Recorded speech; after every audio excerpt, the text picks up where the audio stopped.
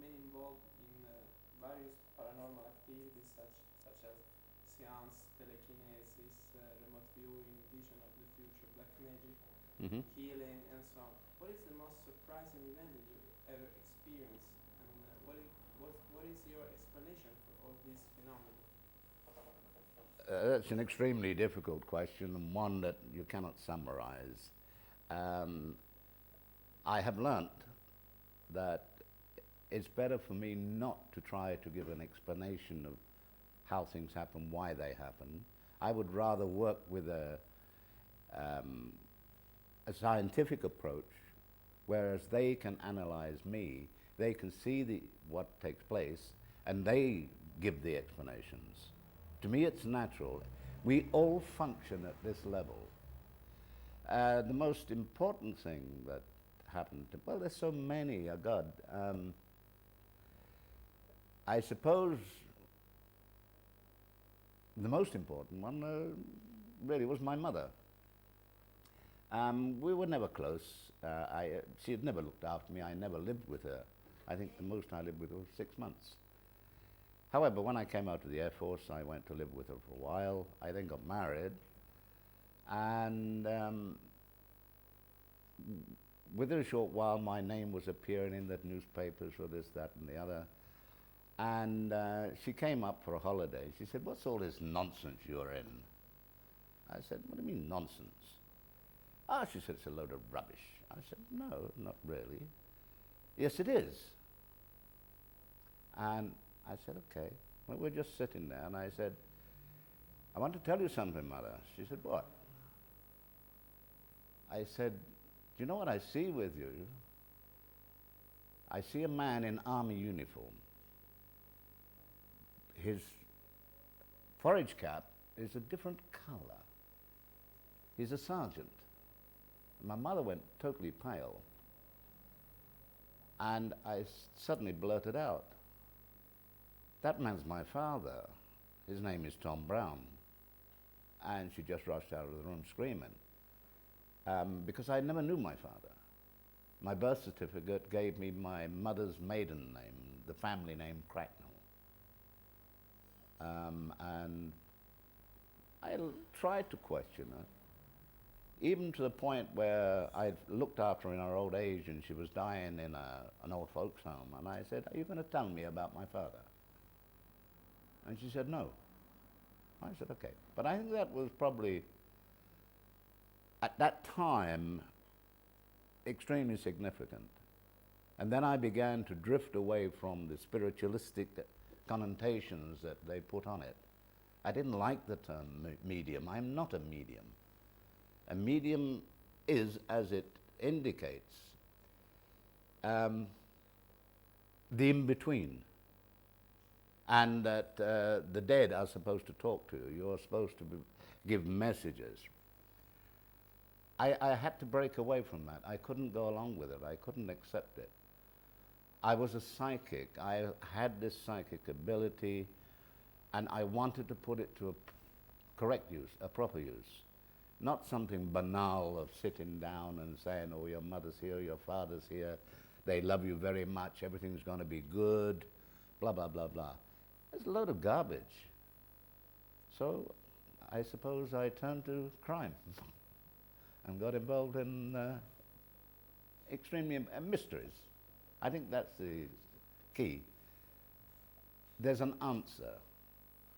And to me, as you may well know if you read the book, that sounds odd, you may well know if you read the book. Cut that, it's rubbish. But say within the book, I make it perfectly clear that we all have this and we all function on it. A psychic has yet to be proven to have solved a murder or a mystery. And I don't think it's necessary to place the emphasis on this. If you look at any mystery, it's like a jigsaw puzzle. Very few pieces are interlaced, and slowly the police are linking them together. And they're using logic, they're using the available evidence that is there immediately and as it drifts in. A psychic can walk in without any knowledge of the situation and say, I feel this link. That piece of jigsaw suddenly links everything together. Now, have you solved the case? No, you haven't solved the case. You've been instrumental in placing part of the jigsaw. So you mentioned that we all do have these psychic abilities. Yes. But why someone can is like you and many people don't feel these abilities? For example, children are very sensitive while when they grow up, they lose this sensitivity. Yes, I say, it is far more natural in children because it is natural. They're not tainted with the thou shalt not. These are the rules. They don't have rules. And children's imaginary friends are maybe not so imaginary as we would want to believe. We are all psychic. There is no question of doubt it. And I would like to put a simple demonstration. I'm sure you've experienced it many times. You're invited to go for dinner to some friend's house. You go to the house, and the wife comes down, a bit harassed, and says, oh, hi, sorry, everything's a bit rushed. I'm all caught up. Please sit down, have a drink. I'll be with you in a moment. And you and your partner, you go in with your drinks, you sit there, and you look at each other, and you know that before you walked into that house 10 minutes or so ago, your host and hostess have had a violent argument. You feel it. Something is not right. That is a very basic demonstration of one's psychic ability, one's hunch. The police work on what they term hunches, gut feelings, which is rather odd because in relation to the psychic training that is allegedly available for you to develop, the most important function is the solar plexus. And people talk about the gut feeling, the hunch. It's not, it's a natural thing. Practice. Sit on a bus and just concentrate on the person in front of you. Just stare and concentrate on them. I'll guarantee you they'll turn around. Try it. These are very simple, basic illustrations of what I chose to develop to its nth degree. I chose to do it. So let's talk about some experiment you underwent. Mm-hmm. For example, the one in Oxford University, or the one I don't know if Sue Blackmore did a test. Sue Blackmore, yes. Mm-hmm. Can you talk about this? Well, yes, Sue Blackmore is now has her PhD, and she was the first person to get a PhD in paranormal. I met her as a young student, and I was doing a great deal of work with I suppose you'd call them the remnants of the hippie generation in Oxford. I was lecturing and demonstrations of what you would term clairvoyance. And she said, would you like to take a challenge up? I said, what challenge? And she said, I'd like you, with another friend of mine, Kevin McClure, I'd like you to come to the Oxford University Society of Psychic Research and lecture. Okay, fine. I went there, and they said, okay, what we want you to do, if you will agree, is to do a controlled test. The test is quite simple.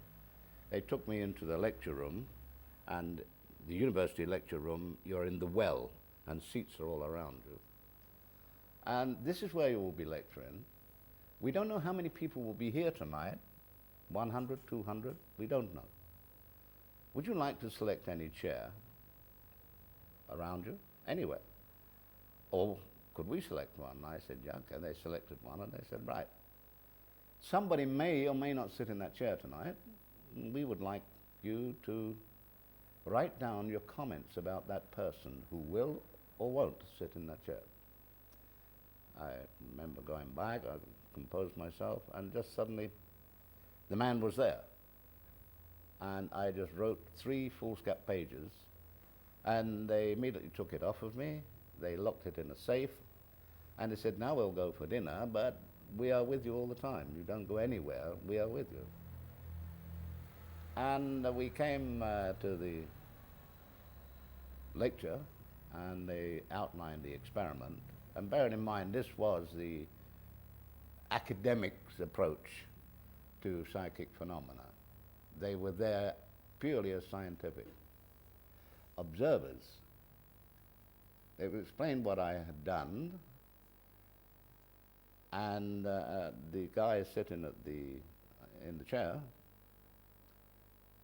immediately when I said, it's a young man, approximate age, and I gave a detailed analysis of his psychological makeup, particular psychological traits that were affecting him.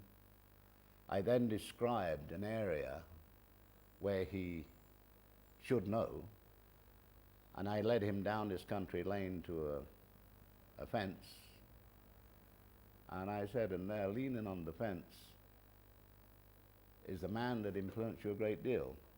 And he just, God almighty, that's my grandfather's farm you'd just taken me to. And that was my grandfather. And so the evening carried on, and at the end, it was a great success. They gave me, I don't think it's beaten yet, the highest ever recorded accuracy rating in a control test of 80%.